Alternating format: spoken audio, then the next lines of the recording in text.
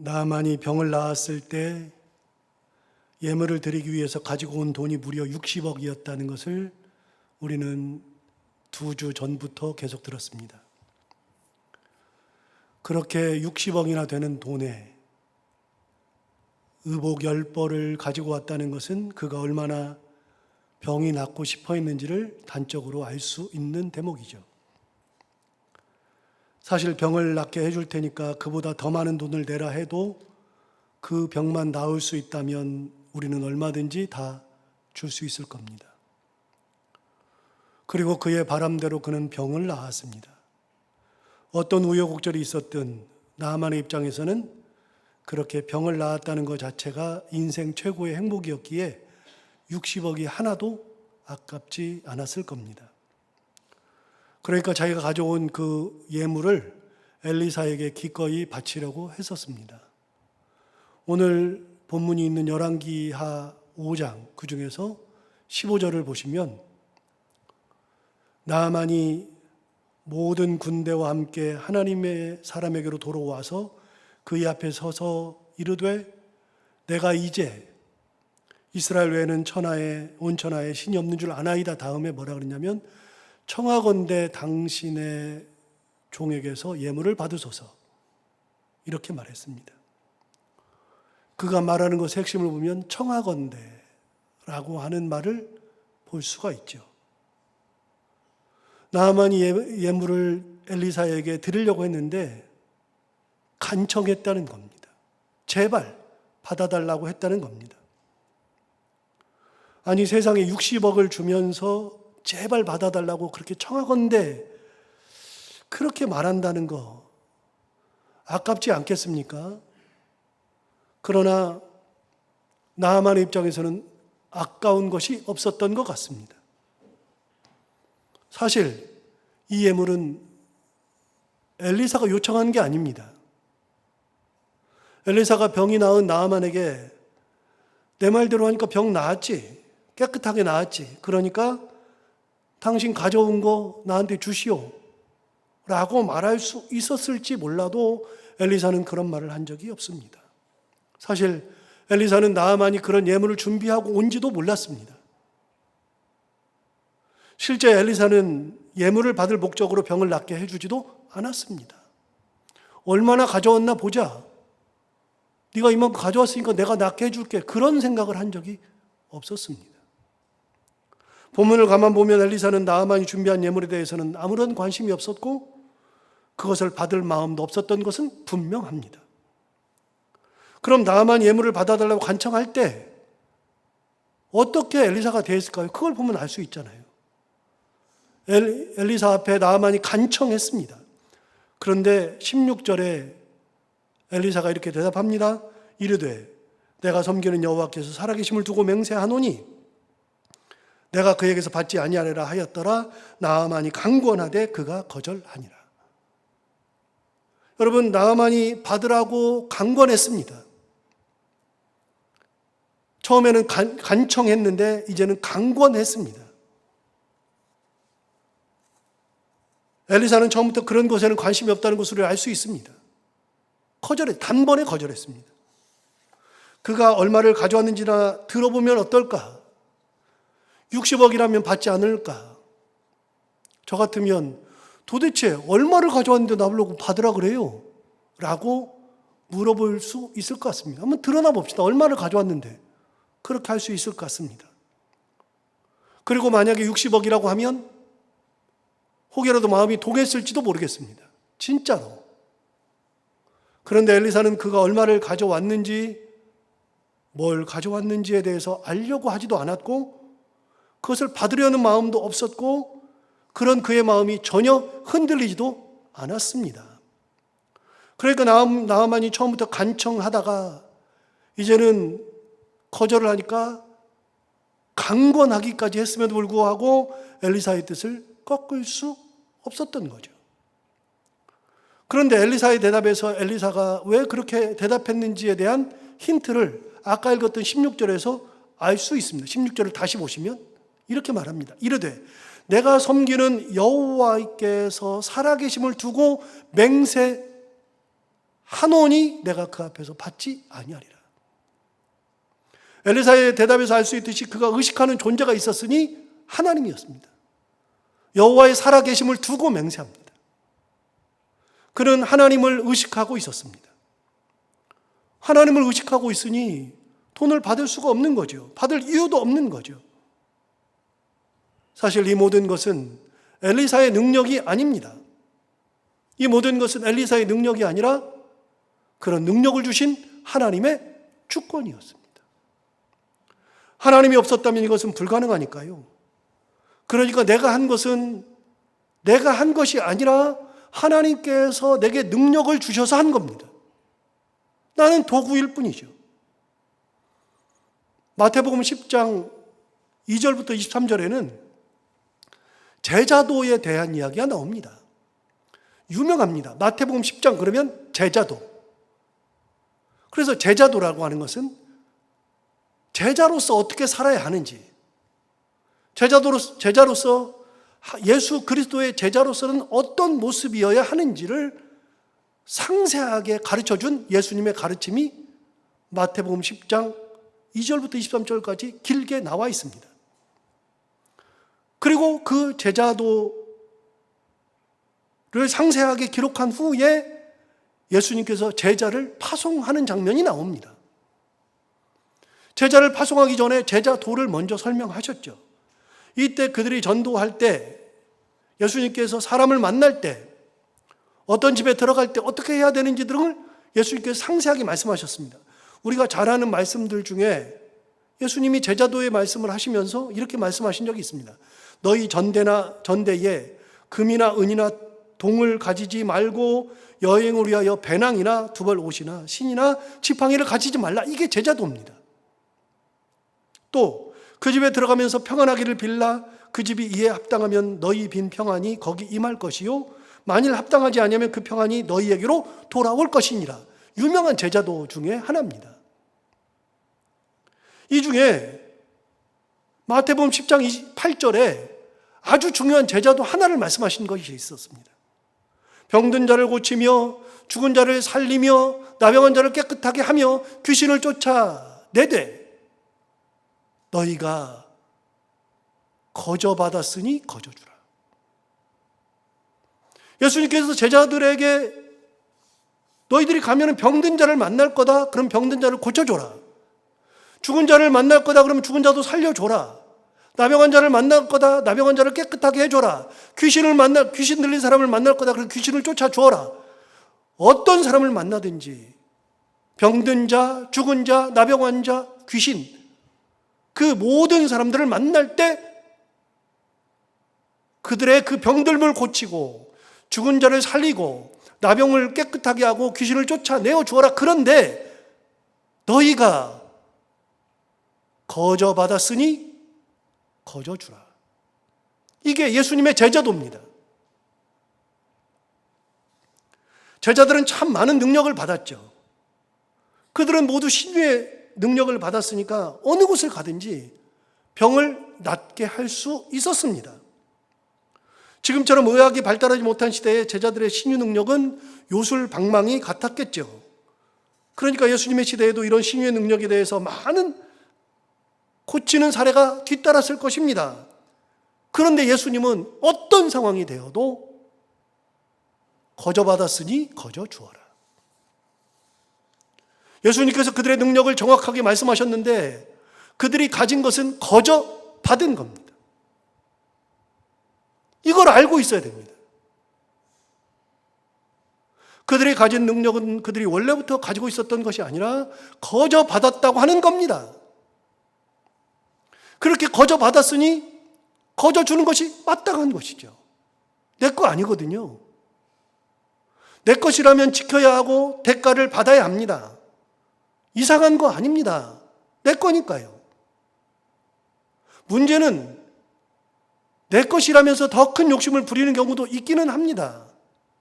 그러면 그거는 잘못된 거겠지만 내 거니까 대가를 받는 것은 당연한 거겠죠. 그런데 여러분, 내 것도 아닌데 내 것인 양 욕심을 부리는 것은 예수님께서 말씀하시는 것이 아닙니다. 예수님은 그 모든 것이 거저 받았다고 말씀해 주신 겁니다. 그러니까 거저 주라고 하신 것이고, 이 말씀은 100번, 1000번 지당한 말씀입니다. 우리가 잊고 살 때가 있는데요, 잊어서는 안 되는 겁니다. 우리가 하나님 앞에 받은 것이 거저 받은 것들이 굉장히 많습니다. 그럼 우리가 하나님 앞에 받은 것이 거저 받은 것이니까요, 하나님 앞에 거저 돌려드리는 것이고 사람들에게도 거저 줘야만 하는 겁니다. 애초에 그가 가진 모든 능력은 내 것이 아니라 하나님께서 주신 거죠. 우리 흔히 분수라는 말을 씁니다. 분수를 안다, 분수를 지킨다, 그런 말 하잖아요. 그래서 사람들한테 우리 흔히 네 분수를 좀 알아, 그런 얘기를 할 때가 있죠.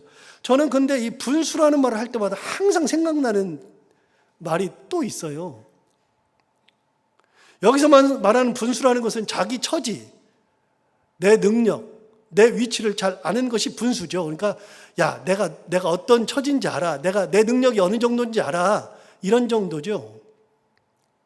어떤 자리에 대한 제안이 들어왔을 때 내 분수를 정확히 아는 사람은 내 능력이나 내 위치나 내 처지가 이 정도밖에 안 되는데 너무 큰 거를 준다 그러면, 이걸 내가 어떻게 해, 내 분수를 알지. 내가 내 능력을 초월할 정도의 엄청난 자리라면 그것은 내 분수에 맞지 않는 거니까 당연히 내가 내 분수를 아는데 그건 내가 할 수 있는 게 아니야 라고 말할 수 있겠죠. 자기 분수를 모르고 까불다가 큰 코 다치는 경우가 얼마든지 있습니다. 자기 스스로 착각하는 경우인데, 성경에도 이런 경우가 굉장히 많습니다. 진짜 많습니다. 분수를 모르고 까불다가 큰 코 다치는 경우. 예를 들어서 아하수아로 왕의 아내였던 와스티는 에스더 1장에 나오죠. 그 여인은 왕이 자기를 부른다 그러니까, 아니 나한테도 온 여자 손님들이 있는데 왜 나를 불러? 기분 나빠하면서 왕의 부름을 가지 않았다가 폐위당했습니다. 그렇게 폐위가 되고 나면 자기가 지금까지 누려왔던 모든 것들이 일순간에 다 사라지는 거죠. 그때서야 깨닫는 겁니다. 내가 가진 거는 내 능력이 아니구나, 내 남편의 능력이구나. 그런데 착각해요. 내 거라고 착각을 해요. 분수를 모르는 거죠. 분수 모르고 까불다가 완전히 패가 망신해버리죠. 사울왕은 왕이 되기 전에 그렇게 겸손했습니다. 그 겸손이 하나님의 마음에 꼭 들었고 그것으로 하여서 왕위에 올랐습니다. 이게 자기 분수입니다. 내가 하나님의 은혜로 왕이 된 거, 내가 겸손하게 왕이 된 거, 이게 자기 분수입니다. 그런데 왕이 된 후에 권력의 맛에 들여다보니까 자기가 만드는 대로 사람들이 다 움직이거든요. 내 말대로 다 되거든요. 그러다 보니까 어느 순간에 하나님께서 나를 왕으로 만들어주신 걸 까마득히 잊어버리고 내가 원래부터 왕인 양 분수를 몰고 까불기 시작하는 겁니다. 그러다가 하나님에게 버림을 받았습니다. 그렇게 버림받으면서부터 악령에 시달리고 사무엘을 만나려고 해도 만나주지 않으니까 그것 때문에 너무나도 괴로워하고, 다윗이 자기 아들 자리를 강탈한다고 생각하면서부터 다윗을 죽이려고 했습니다. 우리가 흔히 너 때문에 못 살겠다, 너만 없으면 된다, 다윗 얘기입니다. 사울과 다윗 얘기입니다. 다윗이 꼭 그렇게 얘기했습니다. 사울이야말로 분수를 모르고 까불었습니다. 자기가 잘나서 왕이 된 줄 알았죠. 자기 분수는 왕이 될 수 있는 제목이 아닌데 하나님께서 왕을 만들어 주신 겁니다.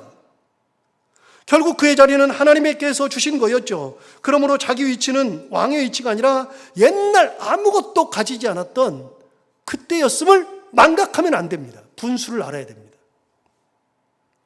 하나님께 버림받고 나니까 그때부터 폐인이 되고 자기 복수를 위해 살다가 죽어간 하찮은 존재, 너무나도 비참한 존재가 되고 말았습니다.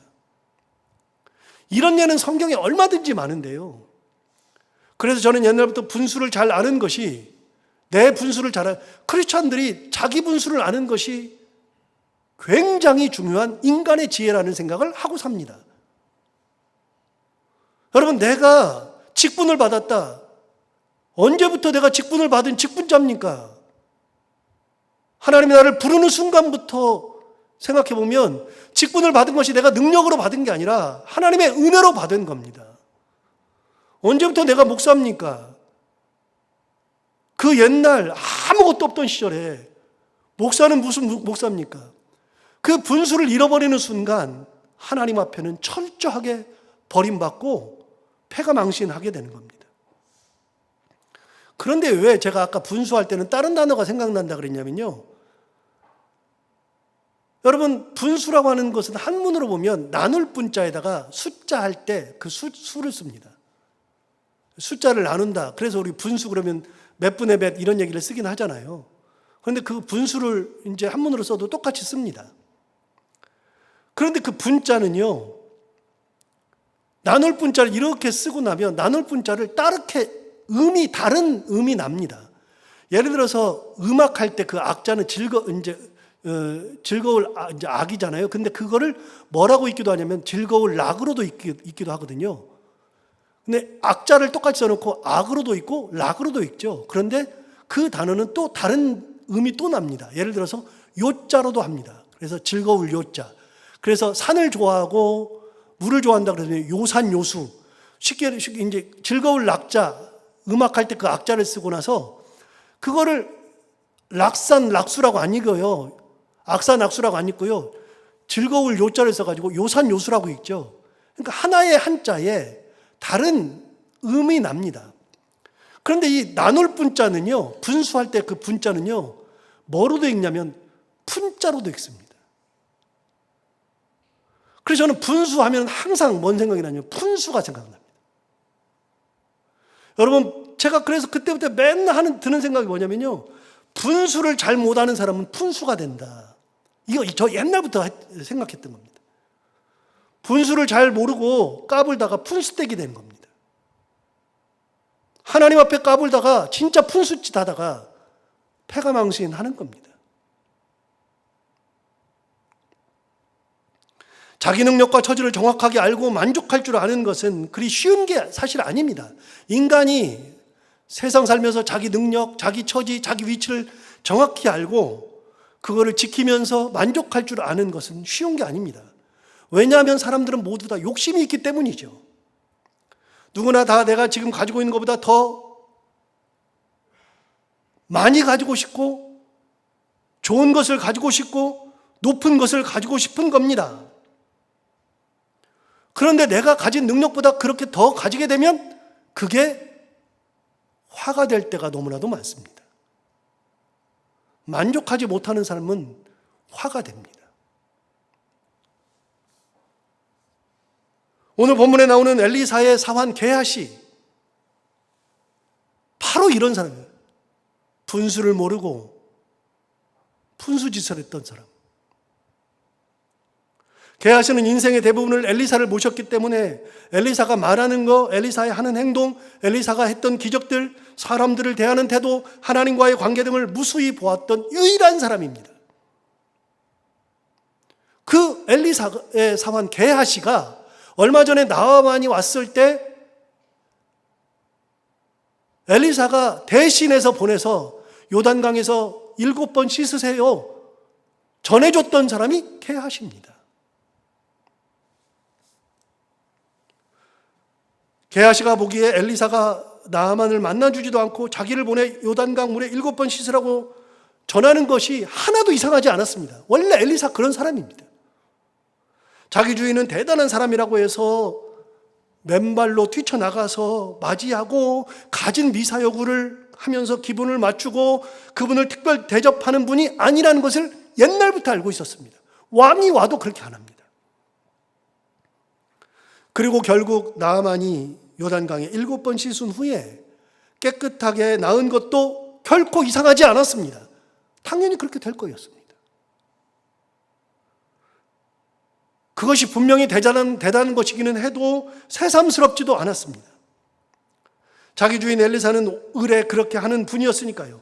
그래서 병을 낳은 나아만이 가던 길을 돌이켜 자기 주인에게 다시 찾아오는 것 역시 이상할 것이 없었습니다. 그런데 그에게 진짜 이해되지 않는 이상한 것이 있었으니 60억이나 되는 돈을 싸들고 와서 받으라고 간청하고 강권하는데도 엘리사가 그것에 대해서 꿈쩍도 하지 않았다는 겁니다.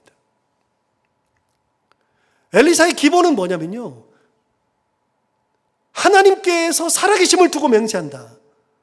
이미 마태복음 10장 8절에 있는 말씀처럼 엘리사는 이거는 내 능력이 아니라 하나님께서 내게 주신 겁니다.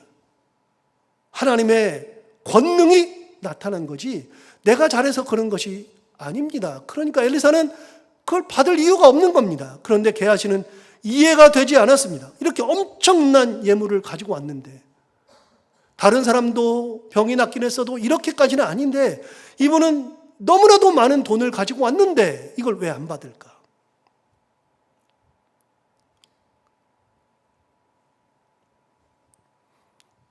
엘리사가 한 번이라도 받은 적이 있었다 그러면 게하시가 안 받는 것 때문에 막 화를 냈을지도 모릅니다. 그런데 그런 적이 없었는데 이번에도 또 관심이 없으니까요. 그런데 너무나도 많은 돈을 가져왔거든요. 이해가 되지 않았습니다.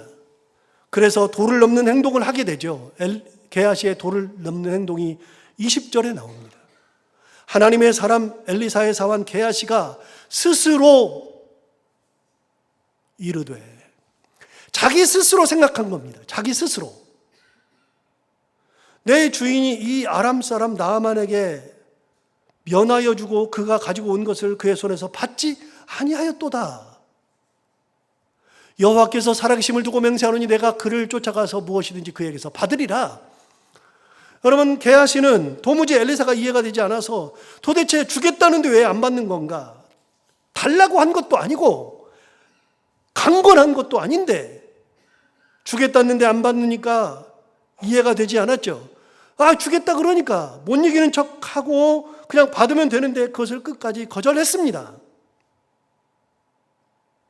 자기 생각에 이해가 되지 않았죠. 자기 생각에는 엘리사가 크게 잘못한 것 같습니다. 그래서 20절에서 아까 지금 보는 대로 박스 안을 보시면 스스로 생각하는 겁니다. 스스로. 내 입장에서 생각하는 겁니다. 게하시의 결정적 잘못은 엘리사의 입장에서 생각하지 않고 하나님의 입장에서 생각하지 않고 자기 스스로 생각하는 겁니다. 다시요. 여러분, 엘리사가 왜 예물에 관심이 없었습니까? 엘리사는 사람이 아닙니까?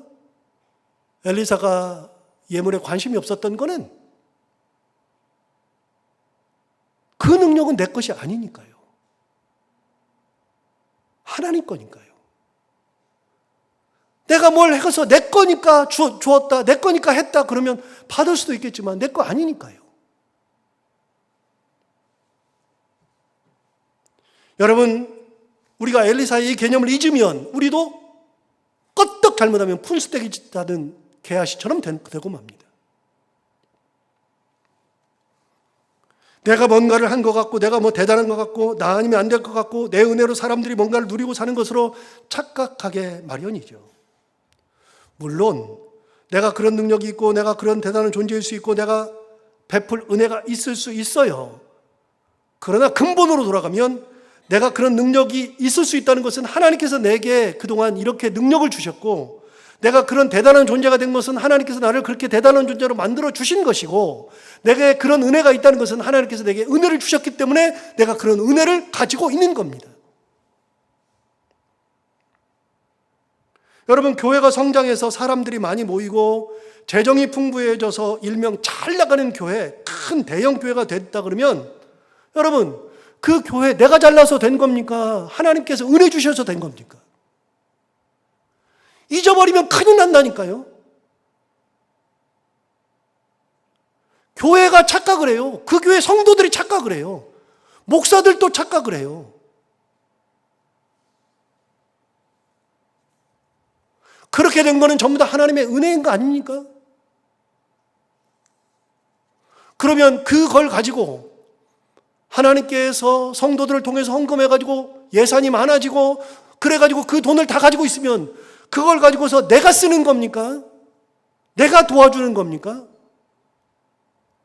여러분, 우리가 교회에서 혹시라도 누구를 도와준다, 뭐 조금이라도 도와줄 수 있다. 저는 진짜 감사한 게요, 우리 교회가 뭐 큰 대형 교회도 아니고 뭐 큰 일을 할 수 있는 뭐 그런 인간적인 그런 대형 뭐 엄청난 그런 교회는 아닌데, 그래도 우리는 다른 교회에 손 벌리고 다른 사람에게 손 벌리는 교회가 아니에요. 우리는 그래도 우리들이 헌금해가지고 이걸 가지고서 도와줄 수 있는 교회예요. 그게 너무나도 감사한 거예요. 그런데 여러분, 우리가 도와주면서 내가 하는 겁니까? 우리 교회가 하는 겁니까? 뭐 얼마나 대단한 거라고요? 아니요. 하나님께서 은혜 주셔서 하는 겁니다. 하나님이 하시는 겁니다. 잊어버리면 진짜 큰일 납니다. 그런데 착각을 해요. 교회가 그러는 줄 알아요. 우리가 대단한 줄 알아요. 목사들이 착각해요. 그러면 하나님 앞에 푼수떼기 짓 하는 겁니다. 분수를 알지 못하고 푼수짓 하는 거죠. 그렇게 되면 망하는 겁니다. 게하시처럼. 그러니까 당당한 거죠. 잊어버리니까 당당하는 거죠. 하나님의 은혜를 잊는 순간 내 거라고 생각하니까 당당한 거죠. 여러분, 아까 읽었던 20절을 다시 한번 볼까요? 이제는 박스가 바뀌었습니다. 아까는 스스로 이르된데 이제 박스가 바뀌었습니다. 여러분 보십시오. 하나님의 사람 엘리사의 사환 게하시가 스스로 이르되 내 주인이 이 아람 사람 나아만에게 면하여 주고 그가 가지고 온 것을 그의 손에서 받지 아니하였도다. 다음에 뭐라고 되어 있냐면 여호와께서 살아계심을 두고 맹세하노니 내가 그를 쫓아가서 내가 그를 무엇이든지 그에게서 받으리라 그랬어요. 여러분, 여호와께서 살아계심을 두고 맹세하면서 받아온다는 겁니다. 그런데 여러분, 이상하지 않습니까? 이거 어디서 봤는데? 여호와께서 살아계심을 두고 맹세하는 이거 어디서 봤는데?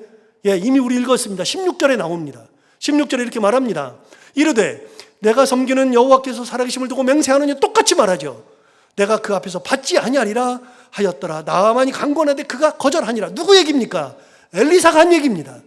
엘리사가 예물을 거절할 때 뭐라 그러냐면 여호와께서 살아계심을 두고 맹세한다. 그러면서 거절했습니다. 그런데 20절에서 아까 본 것처럼 게하시도 똑같이 했습니다. 게하시도 여호와께서 살아계심을 두고 맹세하노니 둘이 똑같이 여호와께서 살아계심을 맹세한대요. 그런데 이렇게 다릅니다. 한 사람은 여호와께서 살아계심을 두고 맹세하니까 절대로 안 된다. 거절했고요. 한 사람은 여호와께서 살아계심을 두고 맹세하노니 내가 그를 쫓아가서 무엇이든지 그에게서 받으리라. 완전히 달라졌죠. 너무 똑같은 말을 하는데 완전히 다른 내용입니다. 하나님을 염두에 두고 생각하는 것이 아니라 자기 생각으로 하나님의 뜻을 왜곡하는 겁니다. 하나님의 뜻을 자기 생각에다가 붙여버리는 것이죠. 이렇게 해서 게하시가 나아만의 뒤를 쫓아가서 나아만을 가니까 나아만이 일전에 엘리사의 뜻을 전했던 사람이거든요. 그가 막 오거든요. 그래서 가던 수레를 멈추고 수레에서 내려서 그를 맞이하면서 게하시의 말을 듣죠. 왜 왔냐? 그랬더니 22절에 게하시가 이렇게 거짓말을 합니다. 그가 이르되 평안하니이다. 우리 주인께서 나를 보내시며 말씀하시기를, 거짓말하잖아요. 우리 주인께서 나를 보내시며 말씀하셨대. 엘리사가 이런 말을 하라 그랬대요. 뭐라 그러냐? 지금 선지자의 제자 중 두 청년이 에브라임 산지에서 내게로 왔으니 청하건대 당신은 그들에게 은 한 달란트와 옷 두 벌을 주라 하시더이다. 여러분, 그 은 10달란트를 가져왔는데 그 중에서 한 달란트와 옷 두 벌을 주라고 했다는 겁니다. 은 한 달란트는 지금 돈으로 환산하면 은이 4억이었으니까요. 금이 56억이라 그랬잖아요. 그런데 10달란트 중에 한 달란트니까 얼마를 달라고 그러냐면 4천만 원 달라고 한 겁니다. 뭐 60억에 비하면 진짜 껌값이죠. 그거라도 받아내겠다는 겁니다. 옷 10벌 가져왔으니 두 벌을 받아내겠다는 겁니다. 나름 합리적이죠. 뭐 엄청나게 뺏는 것도 아니니까요. 그러자 나아만이 한 달란트가 아니라 2달란트, 즉 8천만 원을 주겠다고 하는 겁니다. 그래서 실제로 8천만 원을 주어서 게하시에게 돌려보내서 게하시는 그 돈과 옷을 받아 집에 감추고 엘리사 앞에 서게 되었습니다. 완전 범죄가 된 거죠. 엘리사는 모르잖아요. 여기서 잠깐, 여러분, 제가 완전 범죄라는 말을 썼는데요, 완전 범죄라는 것은 법률 용어입니다. 범죄 용어요, 법률 용어입니다. 어떤 사람이 죄를 지었는데 그 어느 누구도 그 사람이 한 짓을 전혀 모를 때, 그때 쓰는 것이 완전 범죄입니다. 사람을 죽였는데 그 사람이 죽였는데 어떤 일도 일어난 것을 몰라요. 누가 죽였는지. 여러분, 그 대구의 개구리 소년, 그 일이 일어난 지가 지금 몇십 년이 되었습니다. 개구리 소년 아직도 누가 죽였는지, 어디 있는지 아직도 시체도 못 찾습니다. 이런 거를 완전 범죄라고 말하죠. 그래서 그거를 뭐라고 그러냐, 완전 범죄 수사하다가 해결이 안 되면 미제 사건입니다. 미제 사건. 여러분, 인간 사회에서는 얼마든지 완전 범죄라는 것이 있을 수 있죠. 물론 요즘 시대에는 점점 그 가능성이 희박해져요. 이제는 완전 범죄가 거의 없어집니다. CCTV가 얼마나 많은지 몰라요. 우리나라가 범죄 없는 세상이 되잖아요. 그래서 외국 사람들이 와서 깜짝 놀란다 그러잖아요. 카페에다가 노트북을 놓고서 잠시 화장실 갔다 왔는데 노트북이 그대로 있더라. 가방이 그대로 있더라. 여러분, 가져갔다 큰일 나요. 요즘은 CCTV 돌려보면 다 되니까요. 그래서 CCTV가 우리나라 범죄 예방하는데 결정적인 역할을 하는 겁니다. 요즘 좀도둑이 없어졌잖아요. 완전 범죄가 안 되니까요. 요즘은 그런 게 안 돼요. 그 다음에 지문이, 옛날에는 지문이, 완전 지문이 남아야만 지문을 다 하는데 요즘은요, 쪽지문이라 그래가지고 조금만 있어도 그거 집어넣으면 다 똑같이 만들어냅니다. 그래서 지문이 조금이라도 찍히면 그 사람은 잡아냅니다. 피가 요만큼만 있어도 피 다 분석합니다. 그래서 우리나라는 이제 빠져나갈 구멍이 거의 없습니다. 그럼에도 불구하고 우리나라에도 완전 범죄가 있습니다. 지금도. 인간 사회는 완전 범죄가 있습니다. 그러나 여러분, 하나님 앞에서는 완전 범죄가 없습니다. 하나님 앞에서는 절대 불가능합니다. 그래서 여러분, 예수 믿는 사람들은 하나님 앞에서 부끄럽지 않아야 합니다.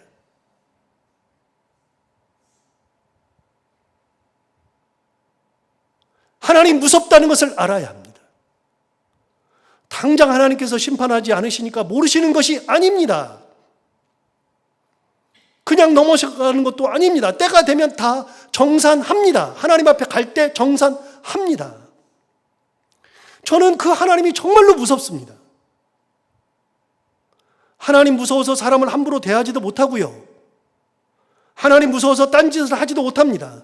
저는 가끔 사람들을 볼 때마다 그런 생각이, 저 사람 하나님 앞에 가서 어떻게 감당하려고 그래?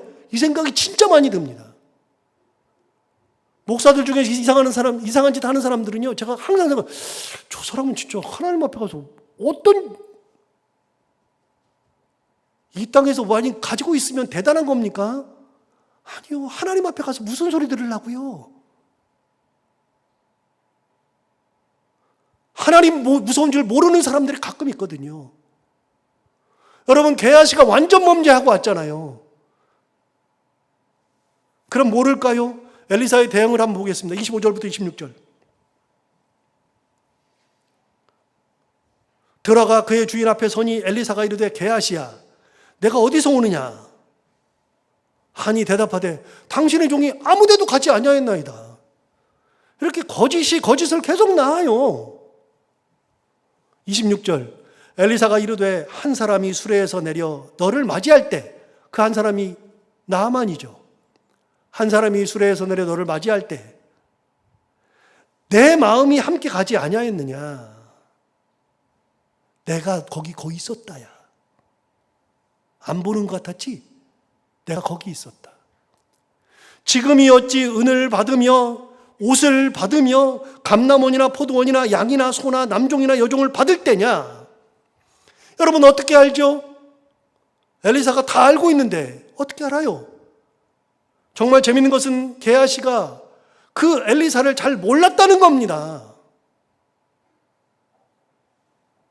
그렇게 많은 것을 보고 있으면서도 엘리사가 다 알 거라는 것을 왜 몰랐죠? 엘리사가 다 안다는 것을 왜 몰랐을까요? 역사에 만약이라는 게 없다 그래요. 역사에 만약이라는 게. 예를 들어서 이제 이성계 장군이 위화도 회군을 했는데요. 만약에 위화도 회군을 안 했더라면 뭐 이렇게 가정을 해본다는 거예요. 그건 역사에 그런 게 없다 그러죠. 당연하죠. 뭐 다 일어난 건데 몇백 년 전에 일어난 건데 뭐 그런 가정을 해보면 뭐예요. 그런데 가정 한번 해봅시다. 만약에 없는 거지만 가정을 해보면 만약에 게하시가 내가 갔다 온 거 엘리사가 다 보고 있다, 다 안다 그러면 이 짓 해요? 무서운 줄을 모르는 거예요.